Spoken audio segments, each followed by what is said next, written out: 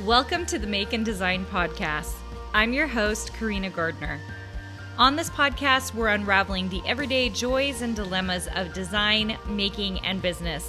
For makers who want to be designers and for designers who are makers, this is your inside scoop to help you grow your business and bring more creativity to your life. Hey guys, today I'm going to talk about freelance work. You know, I'm always talking about surface pattern design, 3D design, I'm talking about digital design, but really up until this point, I haven't talked about freelance work, and I started my career being a freelancer. I loved the flexibility that came with being a freelancer, and I did a ton of different projects, logos for people, website design, what else did I did? I did a series of packaging, like soaps and bottles and that kind of thing. And one of the things that really inspired me to talk about this is that so much of my design experience came from that freelance design work, like kind of figuring out my own way, understanding clients, understanding pricing, how to set up my pricing. These are huge in the freelance world. So if you've ever considered freelancing, I think you're going to like today's episode. Okay, so I want to talk about how freelancing doesn't get you the residual income that I love talking about. You guys know in Design Bootcamp, I love talking about residual income. But what it does do, which is why I really am a huge proponent of it, especially at the beginning of your design career, is that it gives you cash quick. And back in the day when I did it, it was all word of mouth, right? Like people would find out I was a designer and they were like, oh, I have a friend who is looking for someone to design X, Y, and Z.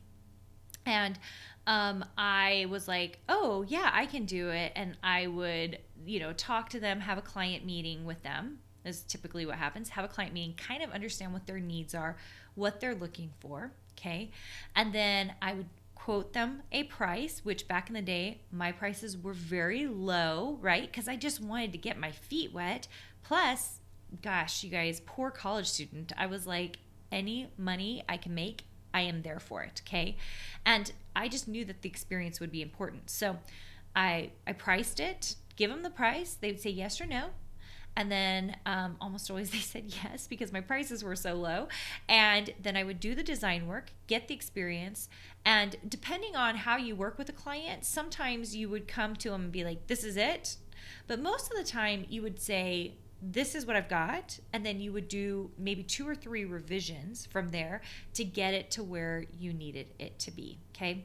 So a lot of times people really are scared of freelance work because they're like the revision process, right? Like having to make something for someone else. I think this is why so many people really go towards surface pattern design, because they think, oh, it's because I'm making something for me and something I like. And so that's why it's going to go so well. Generally, this is the reason most people don't get surface pattern design deals, because they're not thinking like the client. And in surface pattern design's case, the client is the creative director, right? And so very often they're like, I don't understand. Why didn't I get the deal? And it's because they're so busy thinking about their own style and their own surface pattern design and how they want to make their own thing that they weren't thinking about the client. This is why I really like freelance design, because you start thinking about the client. Guess what? Several years later, and not even several years later, I started doing freelance while I was working on my Ph.D. But like a few years later, when I got my deals in scrapbooking and fabric, it's because I understood the client and I was going out of my way to produce for them, right? I wasn't just making because I just loved making. I do love making and designing, but I also understood that they had certain needs and certain market needs, right? And so that really elevates you as a designer, which is why I like freelance, okay? Because it'll make you better. Even if your prices are low to begin with, you guys, sometimes $100 is $100. And if you can do enough $100 projects, that's money in the bank. And it gets you better at Illustrator. It up-levels your skills. And you start understanding how clients think. There is a ton of power in that. Tons of power. And I don't do any freelance work anymore. I just don't have the time for it. My actual design agency, my design business is so busy with what we do, all of our SVG files, fabric files, printables, clip art. Oh my gosh, we do so many different things that we don't have time for freelance. one of the things I will tell you as a freelancer is that you get to raise your prices as you get faster, right? Or you can keep your prices the same and you just get faster. And so inherently, your prices become better, right? So like if you used to sell a logo for $100, right? And it takes you 5 hours to design that logo, you're only making, what, $20 an hour, okay? So you've got to think about it like that. If you are someone like me and you're super fast and you also understand how businesses work and how it should be used, right? Like a novice logo designer isn't going to know exactly how it's going to be used, right? So they might produce things that doesn't sit quite as well on a website or sit as well in print materials or sit very well on a t-shirt, right? But I understand those things, so I charge a lot more, and it usually only takes me about 20 minutes to design that. That is what happens as you gain experience in the field. And now I don't even take any clients, right? Like I just won't even take anyone. So just so you know, this is an area where not only can you make money, but you can make a lot of money if you are persistent at it.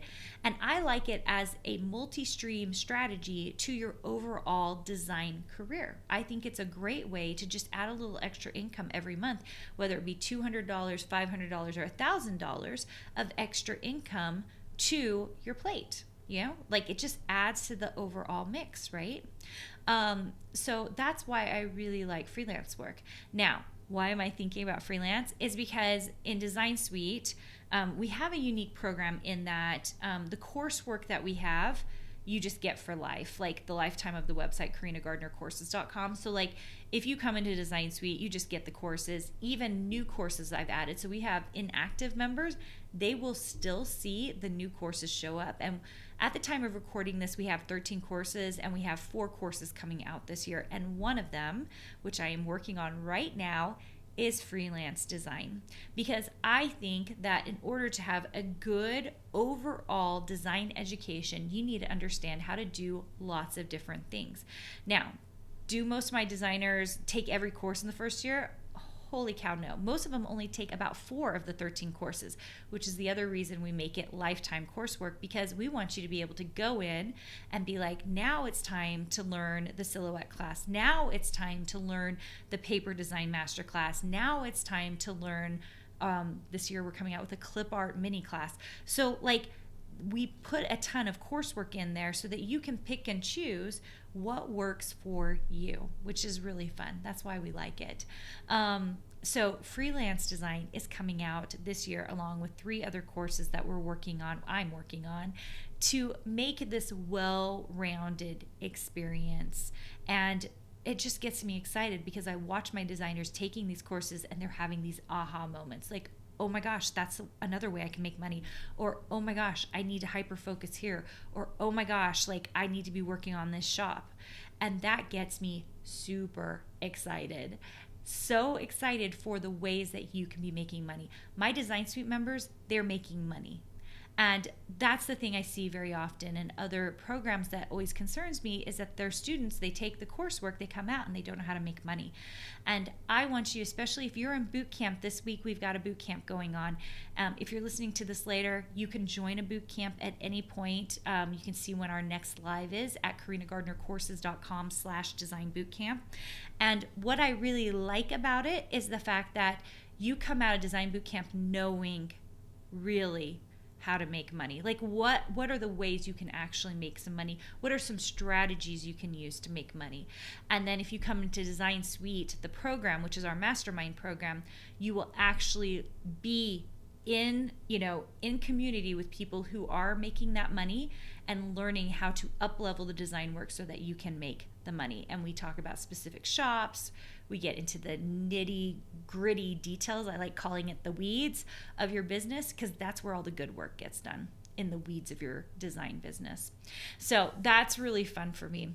So hopefully this has opened your eyes about freelance work. I know a lot of people don't like doing it because they don't want to deal with clients. They don't want to do market research. But if you go into it thinking of it as market research, there is so much power in it. And I'm so excited about the course because I'm going to tell you, Design Suite members who are listening, we're going to really dig in some easy ways to get freelance work. So that's pretty fun as well. All right, guys, so glad to have you here with me. I look forward to getting to talk with you again soon. Hey, did you know that you can visit me at makeanddesign.com to learn more about this podcast and join my VIP group for weekly freebies? I can't wait to see you there.